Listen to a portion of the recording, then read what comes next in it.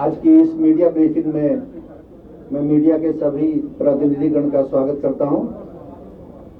अभी हमारे साथ बिहार के पुलिस महानिदेशक श्री एस.के. सिंघल साहब मौजूद हैं। साथ में एडिशनल डीजी पुलिस मुख्यालय श्री जितेंद्र कुमार हैं और मैं आमिर सुभानी, अपर मुख्य सचिव गृह विभाग, आपको संबोधित कर रहा हूं। हाल के दिनों में बिहार सरकार के द्वारा कुछ आदेश निर्गत किए गए हैं, उनकी व्याख्या आपके समक्ष करनी है। पहला आदेश जो गृह विभाग ने निर्गत किया है वो 25 जनवरी 2021 का है। इसका लेटर नंबर है 29, 25 जनवरी का, और इसका विषय है विभिन्न सरकारी विभागों, निगमों, निकायों में संविदा या ठेका पर काम लेने हेतु चरित्र सत्यापन की अनिवार्यता के संबंध में। यानी गवर्नमेंट के डिपार्टमेंट जो ठेका देते हैं, टेंडर करके कोई काम अलॉट करते हैं, तो काम लेने वाले व्यक्ति को कैरेक्टर सर्टिफिकेट लेना होगा। क्योंकि वर्क्स डिपार्टमेंट में भी टेंडर होता है, सड़क निर्माण का, सिंचाई परियोजना का, बिजली परियोजना का, पुल का, बांध का, तो उसमें पहले से भी पीडब्ल्यूडी कोड में प्रावधान था कि जो टेंडर लेंगे तो उनको पुलिस से कैरेक्टर सर्टिफिकेट लेना होगा, और अगर स्वच्छ होगा कैरेक्टर सर्टिफिकेट तभी उनको टेंडर पर काम मिलेगा। ये व्यवस्था पहले से भी थी, लेकिन इसको दोबारा दोहराया भी गया है। इसमें कुछ और बातें भी जोड़ी गई हैं। एक तो ये जोड़ा गया है कि अगर किसी ने टेंडर लिया, किसी कंपनी ने, किसी ठेकेदार ने, और टेंडर की शर्तों के अधीन वो उस काम को सब कॉन्ट्रैक्टिंग कर सकता है, काम का कोई एक हिस्सा वो दूसरी किसी को दे सकता है, किसी दूसरी फर्म को या व्यक्ति को, तो अगर ये उसमें अलाउड है सब कॉन्ट्रैक्टिंग, तो जो सब कॉन्ट्रैक्टर होगा उसको भी चरित्र प्रमाण पत्र लेना होगा। ये प्रावधान किया गया है, और इसका उद्देश्य यह है कि जो अपराधी तत्व हैं, क्रिमिनल्स हैं, हिस्ट्री शीटर्स हैं, कानून तोड़ने वाले हैं, वो सरकारी ठेका और टेंडर लेने से वर्जित हो जाएं, बैंड हो जाएं। और इस बारे में जो कैरेक्टर सर्टिफिकेट देने का पुलिस से जो सिस्टम था, उसको डीजीपी साहब ने मजबूत किया है आंतरिक आदेश निकाल के पुलिस मुख्यालय से, जिसके बारे में डीजीपी साहब बताएंगे। ये पहले से जो व्यवस्था चली आ रही थी उसको दोबारा रिव्यू किया गया है, और ये देखा गया है कि किसी भी परिस्थिति में कोई ऐसा व्यक्ति टेंडर न ले जो क्रिमिनल एलिमेंट्स हो।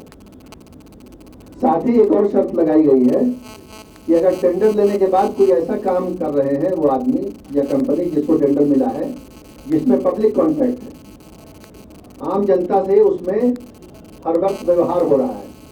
उदाहरण स्वरूप, मिसाल के तौर पर बस स्टैंड का ठेका लेते हैं, हाट बाजार का लेते हैं, नाव घाट का लेते हैं, पार्किंग स्थल का लेते हैं, तो वहाँ ये है कि जिसने ठेका लिया उसको तो कैरेक्टर सर्टिफिकेट लेना ही होगा, वो तो हो गई बात, प्रावधान है। लेकिन वो जो स्टाफ लगाएंगे, जो पार्किंग का टिकट काट रहे हैं, या बसों से कोई शुल्क ले रहे हैं, या नाव से शुल्क ले रहे हैं, जो भी सरकार के कानून में लेना है, और उसके लिए उन्होंने प्राइवेट आदमी अपने रखे हैं ठेकेदार ने, तो उन प्राइवेट लोगों का भी कैरेक्टर सर्टिफिकेट लेना होगा।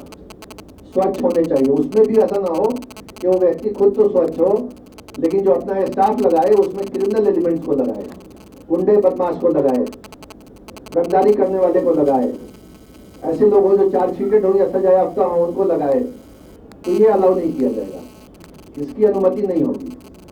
और उसको ये आवश्यक होगा, अनिवार्य होगा कि अपने स्टाफ को भी कैरेक्टर सर्टिफिकेट को पुलिस से दिलवाए, और साथ ही अपने स्टाफ को एक पहचान पत्र भी दे, ताकि मालूम हो कि ये उसका ऑथोराइज्ड आदमी है, ऑथोराइज्ड स्टाफ है। ये पहचान पत्र देने की जिम्मेवारी वो जो है वो उस ठेकेदार की होगी जिसने टेंडर लिया है। तो ये निर्देश था 25 जनवरी 2021 के गृह विभाग के आदेश का। उसके बाद पुलिस मुख्यालय से डीजीपी साहब ने 1 फरवरी 2021 को एक अनुवर्ती आदेश निकाला है, सब्सिक्वेंट ऑर्डर, जिसका ऑर्डर नंबर है 35। उस ऑर्डर के बारे में डीजीपी साहब खुद आपको संबोधित करेंगे। उस ऑर्डर का विषय है पुलिस सत्यापन प्रतिवेदन के संबंध में। यानी अभी जो बात हुई कि कैरेक्टर सर्टिफिकेट या पुलिस वेरिफिकेशन रिपोर्ट लेना अनिवार्य होगा, वो कैसे दिया जाएगा, किन बातों को देख करके दिया जाएगा और किस तरह से दिया जाएगा, उसके बारे में डीजीपी साहब आपको बताएंगे। इससे पहले कि डीजीपी साहब आपको संबोधित करें, मैं सिर्फ एक बात आपसे कहना चाहता हूं, और वो ये है कि लोकतंत्र में व्यक्तिगत स्वतंत्रता, पर्सनल लिबर्टी और नागरिक अधिकारों का, लोकतांत्रिक अधिकारों का बहुत महत्व है।